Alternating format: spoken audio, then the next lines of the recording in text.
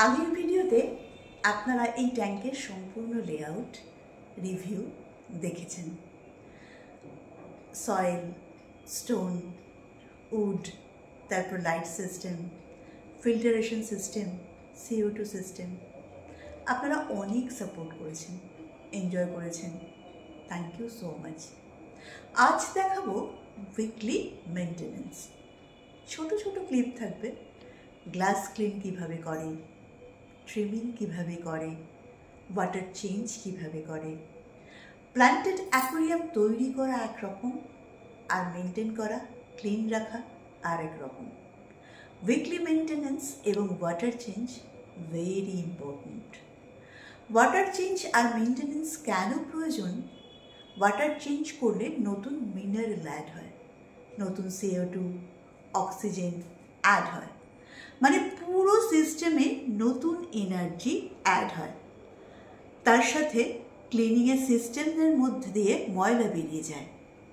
Fish P, পু, dead leave, access food এগুলো বার করা খুব জরুরি। না হলে ডেড অ্যান্ড ডিকে ম্যাটার বেড়ে যাবে, মানে যেটা হচ্ছে আপনার মৃত এবং পচনশীল বস্তু। দেন অ্যামোনিয়া বিল্ড আপ হবে এবং অ্যালগি ইস্যু স্টার্ট হয়ে যাবে। তাই চলুন দেখি কি করতে হবে, কিভাবে করতে হবে। অ্যাকোয়ারিয়াম মেনটেনেন্সের জন্য আমাদের কিছু জিনিস প্রয়োজন। ঠিক ইনস্ট্রুমেন্টস না থাকলে কাজ ঠিকঠাক হয় না। আমাদের লাগবে এয়ার পাইপ, পুরনো টুথব্রাশ, শার্প সিজার, টুইজার বা চিমটা, একটা ছোট নেট, প্রো রেজার, একটা মাগ আর বাকেট। আর সব থেকে ইম্পর্ট্যান্ট হলো আমাদের দুটো হাত।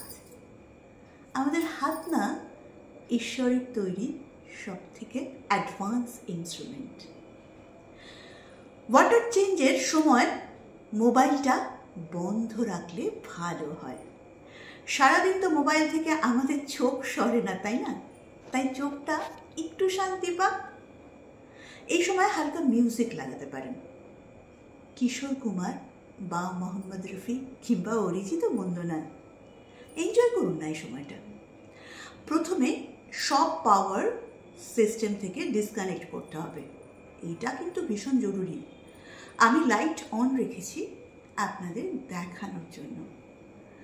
গ্লাস ক্লিনিংয়ের জন্য স্পঞ্জের একটা ছোট টুকরো ইউজ করা যায়, বা কোনো কটন প্যাডও ইউজ করতে পারেন।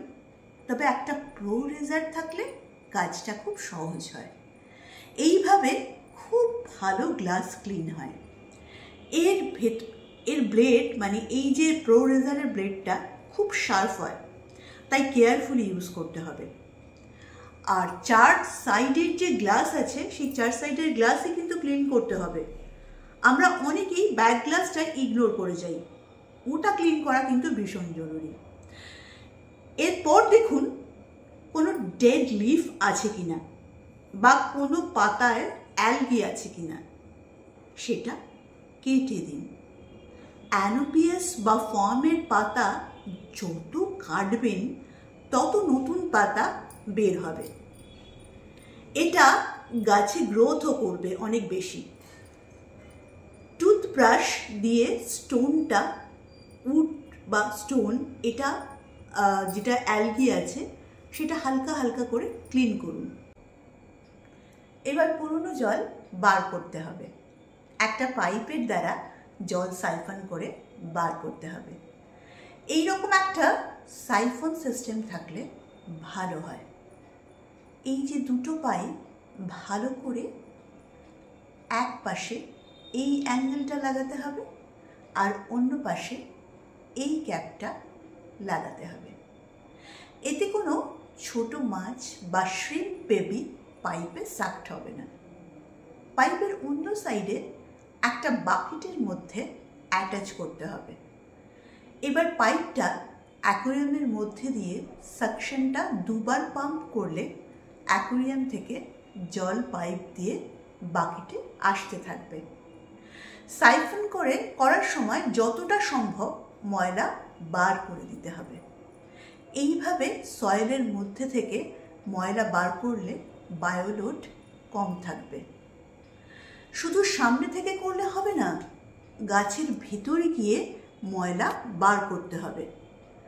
কোনো গাছ যদি সয়েল থেকে এই সময় উপড়ে আসে তাহলে নট অ্যান ইস্যু। টুইজার দিয়ে আবার বসিয়ে দিন, রুট ধরে নেবে। মোটামুটি 30 to 40% পুরনো জল ফেলে নতুন জল অ্যাড করতে হবে। যে জলটা অ্যাড করবেন সেটা অন্তত 7 থেকে 8 ঘন্টা আগে অ্যাকুয়ারিয়ামের পাশে একটা বাকেটে ভরে রেখে দিন। এতে জলের টেম্পারেচার অ্যাকুয়ারিয়ামের টেম্পারেচারের সাথে ম্যাচ করবে। টেম্পারেচার ডিফারেন্ট হলে মাছ আর গাছ দুটোই শক পেতে পারে। সব থেকে ভালো হয় যদি আগের দিন জলটাকে রেডি করে রাখেন। এবার নতুন জল অ্যাড করার পালা। আমি একটা ছোট গ্লাস ইউজ করছি, আপনারা কোনো ছোট মাগ বা একটা ছোট বাটিও ইউজ করতে পারেন। সব সময় জল আস্তে আস্তে অ্যাকোয়ারিয়ামে অ্যাড করতে হবে। এইভাবে নিজের হাতে জল ঢালুন খুব আস্তে আস্তে। এতে অ্যাকোয়ারিয়ামের জলের টেম্পারেচার নতুন জলের টেম্পারেচার একসাথে বোঝা যায়। এইভাবে জল অ্যাড করলে মাছ একদম স্ট্রেস আউট হয় না, আর অ্যাকোয়ারিয়ামের সাথে আপনার রিলেশনও গভীর হয়। ফিল করুন এটা আপনার নিজের তৈরি। আমরা যখন কোনো কিছু অ্যাচিভ করি খুব প্রাউড লাগে, তাই না? আবার যদি সেটা প্রাকৃতিক কোনো কিছু হয় আরও বেশি আনন্দ হয়। সেই আনন্দ, সেই খুশি অনুভব করুন। একটা শুকনো নরম কাপড় দিয়ে মুছে নিন এরপর। আশা করি এই ভিডিও থেকে আপনারা অনেক কিছু শিখলেন, অনেক কিছু জানলেন। আজ আসি, টাটা।